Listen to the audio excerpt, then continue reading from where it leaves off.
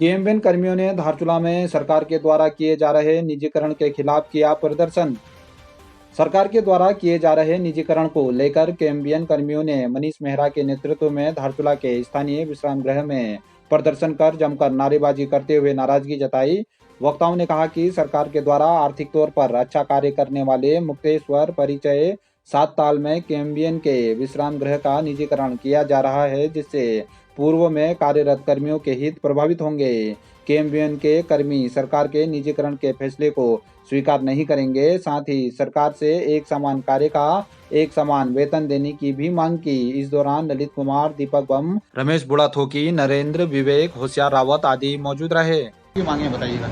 हमारी जो ये अभी जो मांगे हैं, जो हमारे 3 गेस्ट हाउस हैं, मुक्तेश्वर, परिचय और क्या कहते हैं 7 ताल, जो ये गेस्ट हाउस को पीपी मोड में दिया जा रहा है, हम इनका विरोध करते हैं कि इन्हें पीपी मोड में ना दिया जाए।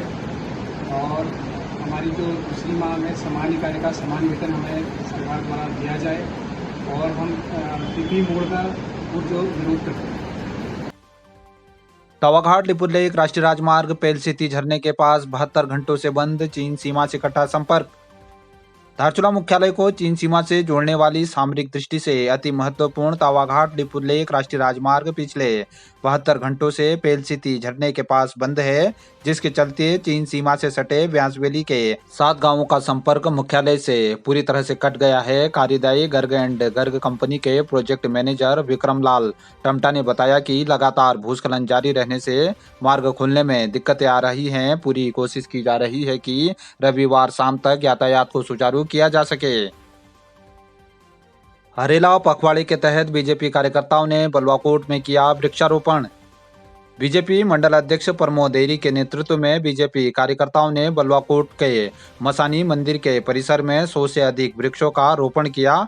इस दौरान पीएनएफ विद्यालय के छात्रों ने भी हरेला पर्व के तहत मनाए जा रहे भारतीय जनता पार्टी के पखवाड़े के कार्यक्रम में अपना सहयोग दिया। इस दौरान बूथ अध्यक्ष सुरेश भट्ट, महामंत्री सुरेंद्र सिंह बिष्ट, पूर्व मंडल अध्यक्ष गणेश चंद, लीला बनग्याल आदि मौजूद रहे।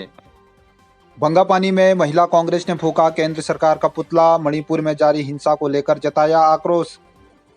मणिपुर में जारी हिंसा को लेकर सीमांत क्षेत्र में आक्रोश गहरा रहा है। रविवार को बंगापानी में महिला कांग्रेस की ब्लॉक अध्यक्ष रुक्मणी देवी के नेतृत्व में ग्रिप कैंप से बंगापानी बाजार तक रैली निकालकर मणिपुर सरकार व केंद्र सरकार के खिलाफ जमकर नारेबाजी की गई।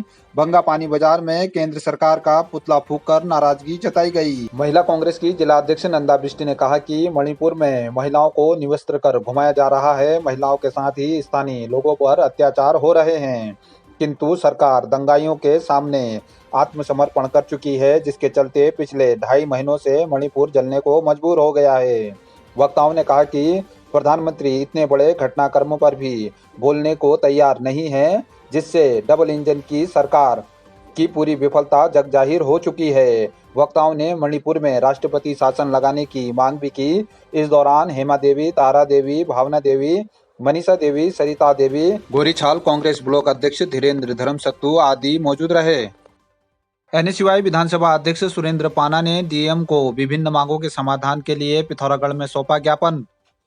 एनएसयूआई के विधानसभा अध्यक्ष सुरेंद्र सिंह पाना ने जिलाधिकारी कार्यालय पिथौरागढ़ में जिलाधिकारी रीना जोशी को ज्ञापन सौंपकर मतकोट जोलढुंगा मोटर मार्ग के कई स्थानों पर बदहाल हो चुकी सड़क को ठीक कराने, मतकोट बसंतकोट मोटर मार्ग के अंतर्गत पीड़ित काश्तकारों को मुआवजा देने तथा पूर्व में ग्राम सभा फाफा तथा उच्छेदी की भूमि लैब टेस्टिंग में पास होने के बाद भी चाय बागान नहीं लगाए जाने को लेकर नाराजगी जताते हुए शीघ्र समाधान की जिलाधिकारी से मांग की है।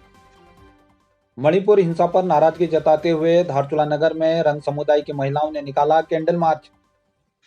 धारचूला में रंग समुदाय की महिलाओं ने मणिपुर में जारी हिंसा के विरोध में रंग संग्रहालय धारचूला से गांधी चौक तक कैंडल मार्च निकाला। रंग महिला फोरम के अध्यक्ष निहारिका गर्ब्याल ने कहा कि बेटी बचाओ का नारा देने वाली सरकार बेटियों को बचाने में असमर्थ हो रही है। मणिपुर में 2.5 महीने से लगातार इस तरह की घटनाएं हो रही हैं। सभासद प्रेमा कुटियाल ने कहा कि महिलाओं को निवस्त्र कर घुमाना जघन्य अपराध है, जिसे सभ्य समाज में किसी भी हालत में स्वीकार नहीं किया जाएगा। ऐसे दरिंदों पर सख्त कार्रवाई की जानी चाहिए। इस दौरान बड़ी संख्या में महिलाएं मौजूद रही। आगे की रणनीति हम लोग जो है सरकार से ये दरख्वास्त करते हैं कि वो कड़ी से कड़ी इनको सजा दी जाए, फांसी दी जाए। अगर सरकार कुछ नहीं कर सकती है तो हम महिलाओं को दे दें अधिकार। है कि आप अपनी बेटियों की सुरक्षा नहीं कर सकते हैं तो आप तुरंत अपने सीट से इस्तीफा दे दीजिए। कि घर में माँ बहनें नहीं है क्या? आप अपनी माँ से पैदा नहीं हुए हैं? क्यों आपके सीने में दर्द नहीं हो रहा है? मैं पूछना चाहती हूँ मुख्यमंत्री से, एन वीरेंद्र से, कि आपको इस सीट में रहने का कोई हक नहीं है।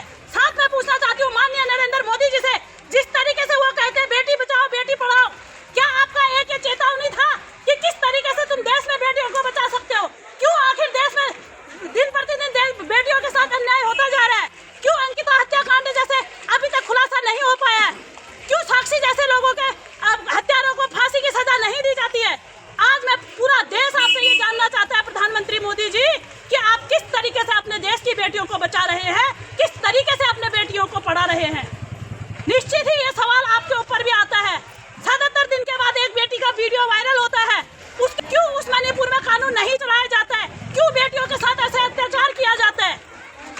सीमांत क्षेत्र की महिलाओं की ये मांग है, अगर मुख्यमंत्री या तो उस व्यक्ति को जो व्यक्ति अपराधी है उनको तुरंत से 1 हफ्ते के अंदर फांसी की सजा दी जाए, अन्यथा मुख्यमंत्री ये काम नहीं कर सकती है तो उनको पूरे देश की महिलाओं के हवाले डाल दें, क्योंकि कब तक महिलाएं झेलती रहेंगी।